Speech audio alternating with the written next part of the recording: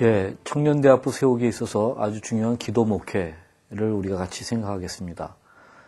우리가 어떤 컴퓨터를 생각할 때 하드웨어가 아주 용량이 크고 좋아도 또 소프트웨어가 아주 훌륭한 것이 있고 또 휴머웨어가 좋은 프로그래머로 아주 잘 준비되어 있다 하더라도 만약에 전기가 안 들어온다면 아무런 소용이 없을 것입니다. 마찬가지로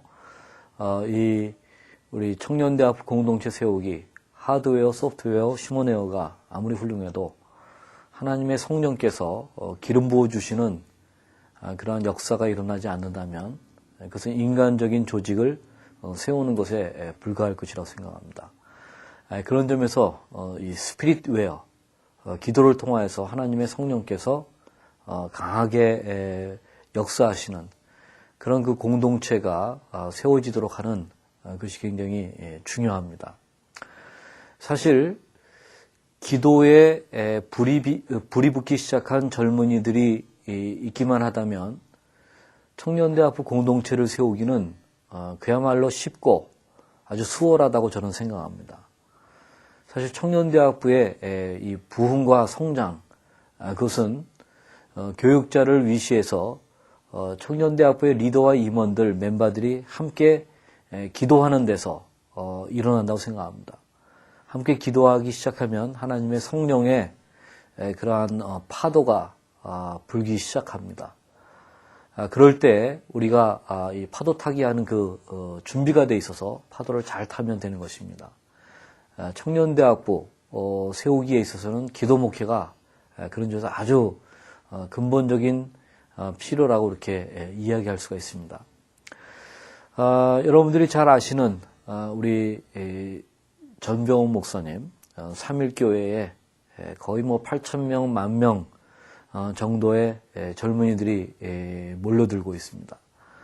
그분이 10여 년 전에 신반포 교회에 청년대학부를 일으킬 때 불과 20, 30명의 젊은이들이었지만 그들과 함께 금요일 날 밤이면 봉고차를 타고 목사님과 산기도를 가는, 그래서 산에 가서 밤 10시, 11시부터 이 비닐종이 하나 뒤집어 쓰고 이 비닐종이를 갖고 하는 것은 산기도를 하다 보면은 이제 새벽에 심야에 이슬이 내리기 때문에 그런 비닐을 하나씩 갖고 산 안에 있는 나무 뿌리를 잡고 기도하는 그러한 일들을 시켰다고 하죠. 그런 가운데 정말 이 젊은이들이 기도 속에서 하나님을 만나게 되고 그들의 어떤 심령과 존재가 바뀌는 역사를 체험하고,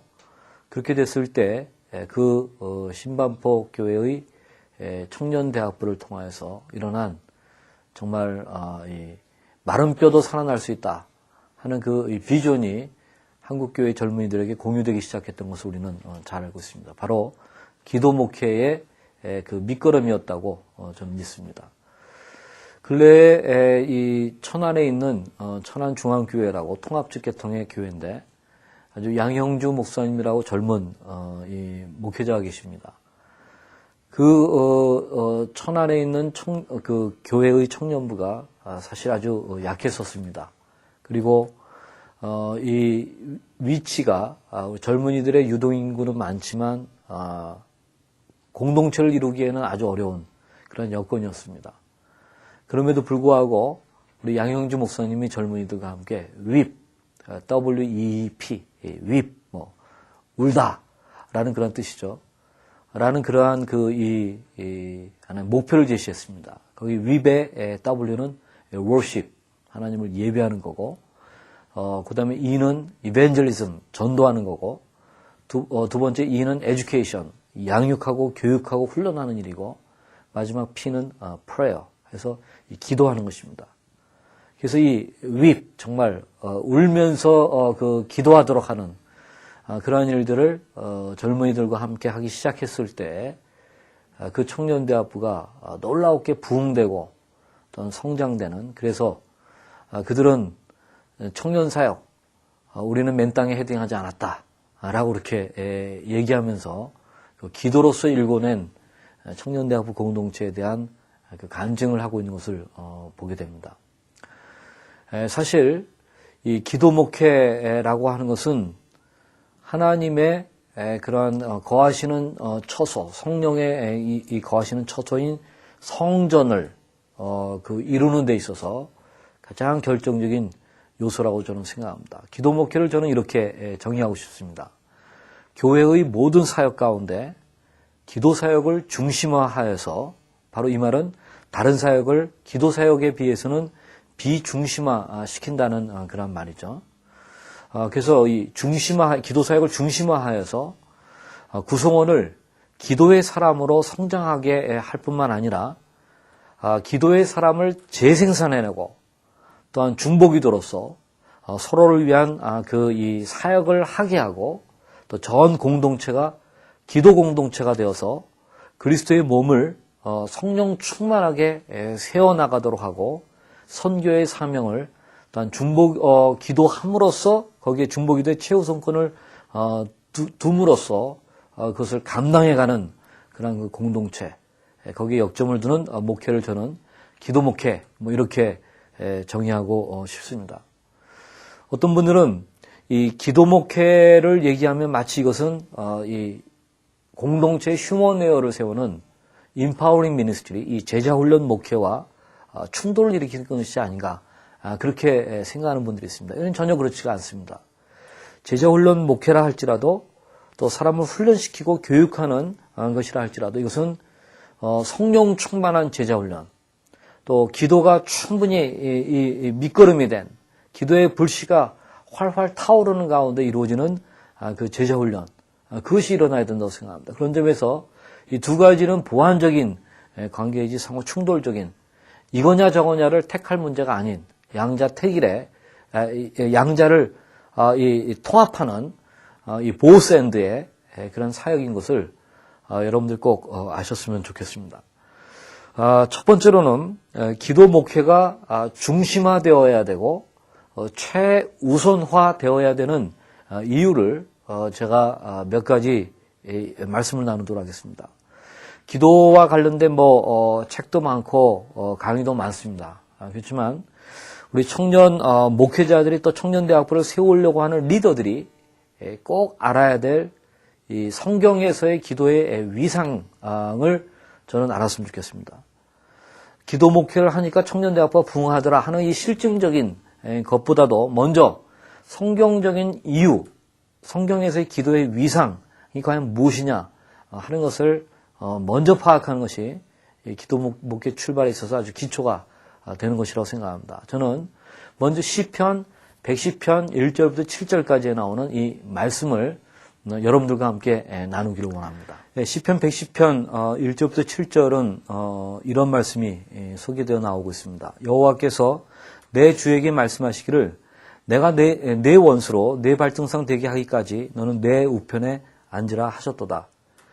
여호와께서 시온에서부터 주의 권능의 호를 내어 보내시리니 주는 원수 중에서 다스리소서. 주의 권능의 날에 주의 백성이 거룩한 옷을 입고 즐거이 헌신하니 새벽 이슬 같은 주의 청년들이 주께 나오는도다. 여호와는 맹세하고 변치 아니하시리라 이르시기를 너는 멜기세덱의 반차를 쫓아 영원한 제사장이라 하셨도다. 주의 우편에 계신 주께서 그 노하시는 날에 열왕을 쳐서 파하실 것이라. 열방 중에 판단하여 시체로 가득하게 하시고 여러 나라의 머리를 쳐서 파하시며 길가에 시냇물을 마시고 인하여 그 머리를 드시리로다. 여러분, 이 말씀은 특별히 우리 청년을 사랑하는 사람들은 굉장히 좋아하는 말씀이죠. 시편 110편 이 3절 말씀. 주의 권능의 날에 주의 백성이 거룩한 옷을 입고 즐거이 헌신하니 새벽 이슬 같은 주의 청년들이 주께로 나오는도다. 새벽 이슬 같은 주의 청년들이 주께로 나오는 이 하나의 종말론적인 그러한 일들에 대해서 예언해 놓은 이 말씀을 우리는 보게 됩니다. 이것이 구약의 이 다윗을 통하여서 성령께서 감동을 주셔가지고 주신 예언의 말씀인데, 여기 놀라운 사실이 있죠. 우리 하나님께서는 바로 예수 그리스도를 하나님 우편에 앉게 하셔서 그분을 통하여서 이 만물을 통치하기 시작하신다는 것입니다. 그래서 그 만물의 이 통치의 그 완성이 일어나는 그 일에 대해서 여기 시편 110편에서 이야기하고 있는데, 여러분 중요한 것은 우리 예수님의 어떤 그 하나님의 백성들을 통치하고 심지어는 원수들에게까지 하나님의 권세가 나타나도록 하는 그 일에 있어서 우리 예수님께서 하시는 일이 무엇이냐는 것입니다. 거기 4절에 보게 되면은 예수님을 가리켜서 너는 멜기세덱의 반차를 좇아 영원한 제사장이라 하는 그런 말씀이 나옵니다. 즉 예수님이 이 만물을 통치하시는 그 방법이 뭐였냐? 그냥 명령만 바라고 천군 천사만 보내는 그와 같은 방식이었느냐? 그것이 아니라 예수님 자신이 멜기세덱의 반차를 쫓는 대제사장이 되어서 그 옆에 계시는 성부 하나님께 기도하고 간구함으로써 통치권을 바라신다고 하는 이야기인 것이죠. 그렇기 때문에 이 마지막 때, 이 주의 권능의 날에 하나님께서 예수님을 믿는 사람에게 성령을 보내주시는 그 주의 권능의 날에 여기 주의 백성이 거룩한 옷을 입는다 하는 말이 나옵니다. 바로 이 말은 여러 가지 의미로도 해석할 수 있습니다. 성결한 옷으로도 얘기할 수 있지만 저는 여기 이 거룩한 옷을 입는다 하는 말은 레위인들이 입는 일종의 이 제사장복을 입는다 하는 그러한 의미라고 생각합니다. 그러니까 주의 권능의 날에 주의 백성들이 이 제사장이 되어서 또 그 가운데 특별히 이 새벽 이슬 같은 주의 청년들이 제사장이 되어서 나타난다 하는 그러한 예언인 것입니다. 지금 무슨 얘기입니까? 주님의 통치가 일어나는 데 있어서 예수님이 대제사장이 돼서 성부 하나님께 기도하시고 또한 주의 백성들도 예수님을 본받아서 제사장이 되어서 기도하는 그와 같은 일들을 하게 될 것에 대한 예언이 여기에 나오는 것을 보게 됩니다. 그러니까 이 기도라고 하는 것은 성경에서는 우리 크리스찬들의 액세서리가 아닙니다. 부속물이 아닙니다. 기도라고 하는 것은 하나님의 성령의 전을 구축하고 하나님의 공동체를 건설하고 이 땅에 하나님의 나라를 일으킴에 있어서 가장 본질적인 무기인 것을 우리가 알아야 돼요. 이것이 기도의 위상입니다. 이것을 믿는다고 한다면 우리가 청년대학부 공동체 세우기 이것이 하나님의 일인데 하나님의 방법으로 하지 않고는 안 된다고 저는 생각합니다. 여러분 요한계시록 5장 1절부터 거기 한 9절까지의 말씀을 또 한번 보십시오. 그 말씀에 보게 되면은 사도 요한이 이제 어떤 환상을 보게 되었습니다. 거기 보게 되면 하늘의 보좌 위에 성부 하나님이 앉아 계십니다. 근데 그 하나님에게 어떤 두루마리 책이 들려져 있는데 거기에 보니까 빽빽하게 뭔가 쓰여져 있습니다. 그리고 이 두루마리 책을 7개의 봉인으로 봉해놨습니다. 바로 이 사도 요한이 그것을 보고 있다가 저것이 무엇일까 궁금한 생각이 많이 들었습니다. 그럴 때 누가 저 인을 떼기에 합하냐 하는 음성이 들려와서 더욱더 호기심을 자극합니다. 그래서 그 책을 바라보지만 그 인을 뗄 자가 누구인지를 알지 못해가 답답한 가운데 절망하는 가운데 사도 요한이 웁니다. 그럴 때 또 음성이 들려오면서 바로 이 다윗의 자손 가운데 어린 양 예수 그리스도가 그 인을 떼기에 합당하다 하는 그러한 얘기가 들려오면서 실제적인 그러한 장면이 펼쳐집니다. 예수님이 성부 하나님에게 나아가서 그 두루마리 책을 받아서 인을 떼시는 그 같은 장면이 나오는데 그러면 그것이 언제 일어났느냐? 요한계시록 제가 5장 7절과 8절을 읽어드립니다. 어린 양이 나와서 보좌에 앉으신 이의 오른손에서 책을 취하시니라.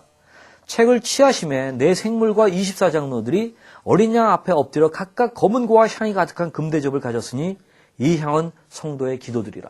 그러니까 성도의 기도들이 금대접에 실려가지고 성자 예수에게 드려지게 되었을 때 예수님께서는 그것을 보시고 성부 하나님에게 나아가지고 그 책의 인을 떼는 그와 같은 일들이 일어난 것을 이야기하고 있습니다. 여러분 요한계시록 그 이후에 나오는 5장, 6장, 7장, 8장의 내용이 무엇입니까? 예수님이 인을 하나 뗄 때 이 지상에 일어나는 일들을 얘기하고 있습니다.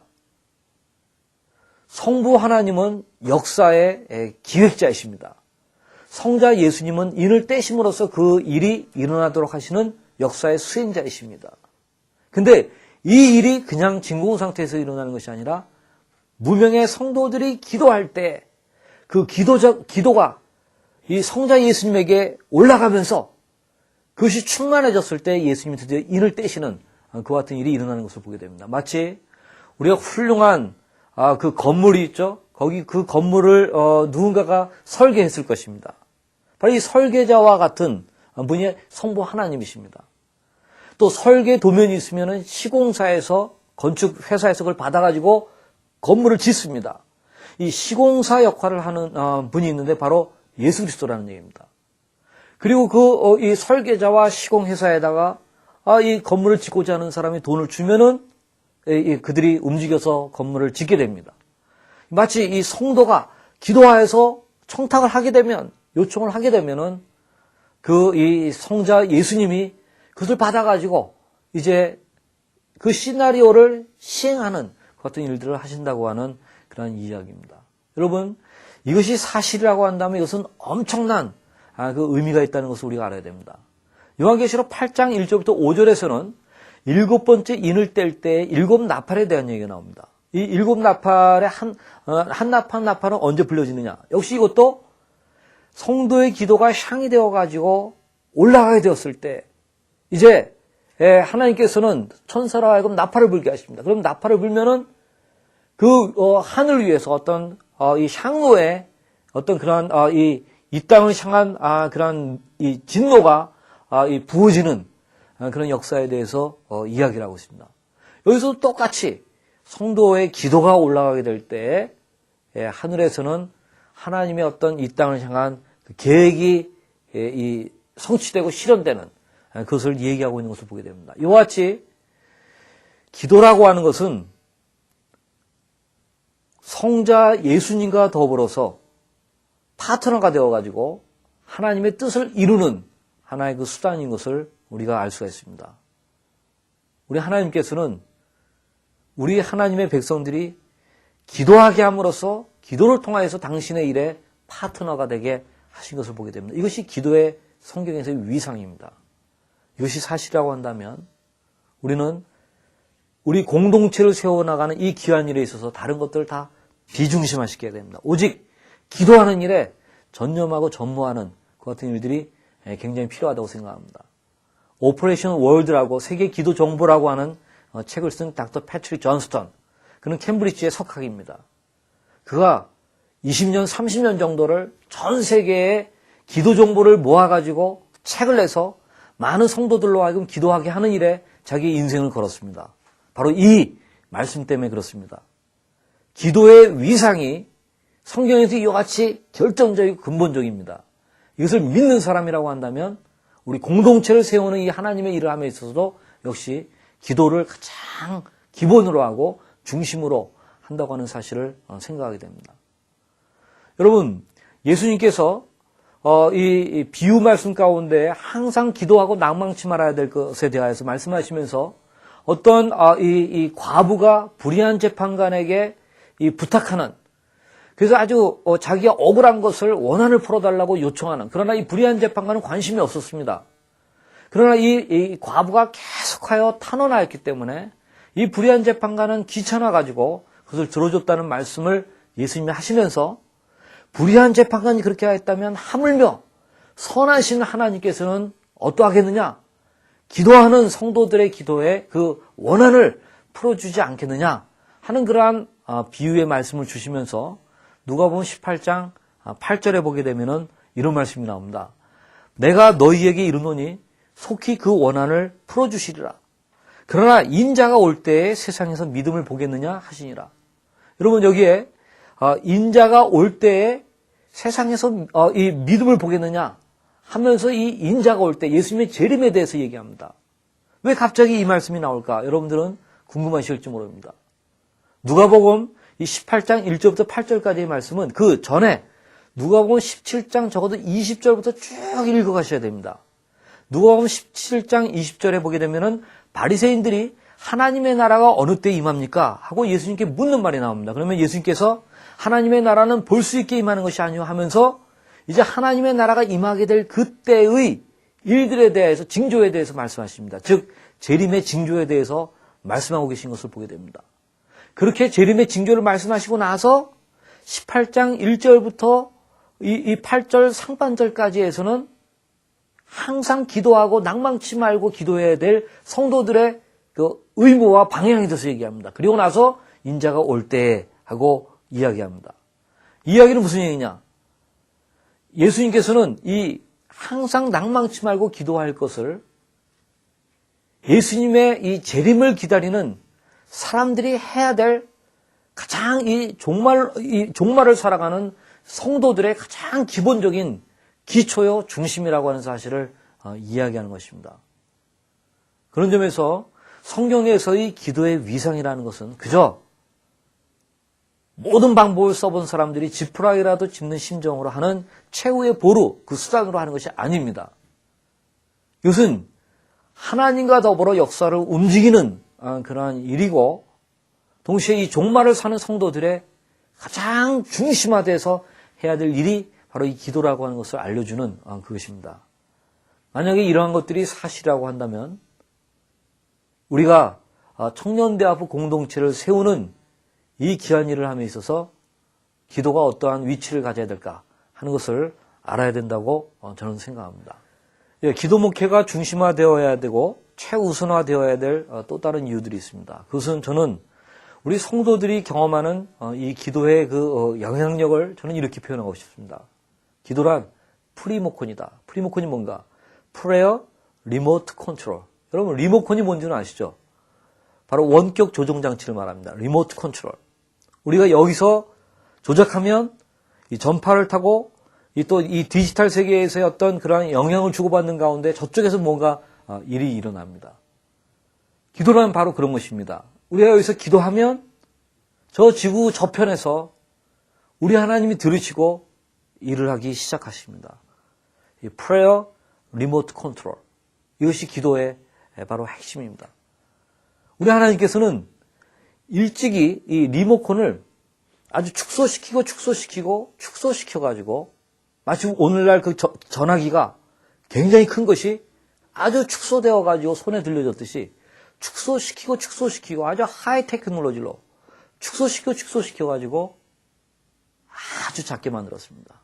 우리 눈에 보이지 않게도 만들었습니다. 우리 손에 그것을 잡아도 느껴지지 않을 정도로 축소시켜서 만들었습니다. 바로 프리모컨입니다. 그것을 우리 손에 들려주셨습니다. 우리가 그 손에 그 기도를 사용해서 기도하게 되면은 이 땅에서 매면 하늘에서도 매이고 이 땅에서 풀면 하늘에서 풀리는 그와 같은 일들이 일어나는 것을 알게 됩니다. 이것을 많은 기도하는 성도들은 경험하고 있습니다. 이 기도의 이 영향력, 이 프리모컨 이것을 믿는다고 한다면 우리는 하나님의 공동체를 세움에 있어서 무엇을 어떻게 해야 될 것인가 자명하다고 저는 생각합니다. 뿐만 아니라 교회사가 계속해서 증언하는 그 기도의 위력을 여러분들이 잠깐만 생각해 보시기 바랍니다. 사도행전 2장에 나오는 최초의 오순절 그 성령의 역사 강림, 이 일은 40일 동안 부활하시면서 제자들과 같이 계셨던 예수님께서 승천하시면서 이제 기도함으로 기다리라고 말씀하셨습니다. 그래서 제자들이 마가의 다락방에서 한 120문도가 함께 모여서 열흘 동안을 집중적으로 기도하는 그 일을 하는 가운데 일어난 일인 것을 우리는 알고 있습니다. 여러분, 청년대학부의 리더와 임원들이 교육자와 함께 열흘 동안 집중적으로 기도하는 일을 한번 시도해 보십시오. 하나님께서 그러한 공동체를 과연 가만두실지 여러분 한번 실제로 실험해 보십시오. 바로 이 교회사적인 증거, 또 1907년 이 평양의 이 대부흥, 평양의 장대현 교회에서 일어난 이 평양의 이 대부흥, 이것은 1904년 선교사들이 기도 수련회를 시작함으로써 기도를 강조함으로써 일어나게 된 하나님의 응답이었고, 또 이 평양의 장대현 교회에서 일어난 이 기도 가운데의 이 부흥은 오랫동안 기도하는 그런 집회를 해오는 가운데 일어난 그러한 역사였던 것을 우리는 알고 있습니다. 또한 미국의 영적인 대각서 운동의 기수였던 요나단 에드워즈, 그 요나단 에드워즈가 쓴 그 소책자가 있었습니다. 이것이 이 영적 대가성을 일으키는 데 하나의 불씨가 되었습니다. 그 책의 기본적인 그 타이틀이 뭐냐? Concert of Prayer. 기도 합주에 대한 것입니다. 합심해서 기도하는 것입니다. 바로 합심해서 기도하는 일들이 여기저기서 일어나게 되니까 하나님께서는 성령을 부으시고 이 각성과 부흥과 공동체의 어떤 변화가 일어나고 성장하게 만드는 그와 같은 일들이 일어났던 것을 우리는 너무나도 잘 알고 있습니다. 또한 저는 개인적으로 이 성도들의 이 필요 충족을 위해서 최선의 대안이 무엇일까? 저는 이 기도에 과연 무엇이 있을까 하는 생각을 가질 때가 많이 있습니다. 한 청년이 기억납니다. 아주 사면 초가에 빠져가지고 절망하면서 A4 용지로 한 10페이지 정도의 자기의 낙담하고 있는 상황을 저한테 편지로 보낸 청년이 있었습니다. 이 청년을 어떻게 도와줘야 될 것인가? 저는 생각하면서 굉장히 궁금했었습니다. 그러나 제가 할 수 있는 일은 기도 가운데에 하나님의 은혜의 바다에 들어가는 길밖에 없다고 결론을 내렸습니다. 그래서 저는 이 청년을 만났습니다. 처음 30분 동안은 그의 이야기를 다 들어줬습니다. 바로 A4 용지 10페이지에 있는 내용의 한두 페이지 정도의 분량을 들은 셈입니다. 그리고는 그 형제한테 내가 그 글을 다 봤으니까 이제 나와 함께 기도하면 어떻겠느냐고 요청하였습니다. 그 형제와 함께 기도했습니다. 그 형제는 아마 한 3, 4분 정도 기도하다가 제가 말리라고 생각했던 것 같습니다. 그러나 5분, 10분 계속 기도했습니다. 한 10분 정도 되니까 형제의 손에 와서 꿈틀거리면서 좀 뺐으면 하는 마음이 있지만 꼭 잡고 기도했습니다. 계속해서 기도하게 되니까 한 15분, 20분 정도 지나면서 이 형제도 계속 기도하기 시작합니다. 기도는 기도하는 사람이 있을 때 전염병처럼 퍼져갑니다. 이 형제에도 기도의 불씨가 전달된 것입니다. 계속해서 기도합니다. 그리고는 저희들 손이 뜨거울 정도로 이 형제가 많은 눈물을 쏟습니다. 그런 가운데 우리가 1시간여 함께 통성으로 기도했던 기억이 납니다. 이 형제가 끝나고 나서 자기의 문제가 해결되었음을 고백합니다. 저는 이 형제가 그 후에 그 문제를 저한테 들고 오지 않고 교회 생활을 잘하고 또 나름대로 신앙생활을 잘하고 있는 모습을 목도하게 되었습니다. 성도들의 이 필요 충족을 위한 최선의 대안이 무엇인가? 함께 기도하고 기도의 바다에 빠지는 것이라고 저는 믿습니다. 성장한 교회들의 이 기도 목회를 실천한 것을 이야기를 한번 들어보십시오. 그리고 그러한 이 경험들을 한번 살펴보십시오. 공통적으로 기도하게 되니까 공동체가 부흥되었다 하는 이야기를 할 것이라고 생각합니다. 유명한 자연적 교회 성장, 이 NCD라고 하는 이 책에게 이 닥터 크리스천 슈바르츠 박사가 8가지의 중요한 원리를 기납적으로 발견했지 않습니까? 수천 개의 전 세계에 건강하게 부흥하고 성장하는 그 교회들을 조사해가지고 8가지의 원리를 발견한 것 가운데 그 중에 한 가지 중요한 원리가 무엇입니까? 열정적인 영성입니다. 열정적인 영성은 어떻게 해서 주어진다고 보십니까? 함께 기도하는 것입니다. 함께 기도하게 되면은 하나님의 성령이 부어지게 되고 열정적인 영성을 갖게 됩니다. 이 열정적인 영성은 전염성이 있게 퍼져갑니다. 그런 가운데 공동체에 생기가 있게 되고 뭔가 참 리얼리티를 찾았던 우리 청년들이 여기에 바로 와닿는 그 무엇인가 리얼리티가 있다 하는 것을 느끼면서 찾아오게 되고 변화를 경험하게 됩니다. 그런 가운데 청년대학부와 이 교회가 부흥하고 발전되는 그런 것들을 저는 너무나도 많이 보고 있습니다. 이것은 기납적인 하나의 발견입니다. 정말 건강하게 부흥하고 성장하는 공동체치고 기도가 없는, 기도가 밑거름이 되고 기도가 중심화되지 않은 공동체가 과연 어디 있습니까? 그래서 여러분들이 다시 한번 보시고 우리 청년대학부에서 기도를 가장 중심화해야 되겠다. 다른 것들을 비중심화시켜야겠다. 그렇게 아예 결심하고 실천하는 일들이 일어날 수 있기를 바랍니다.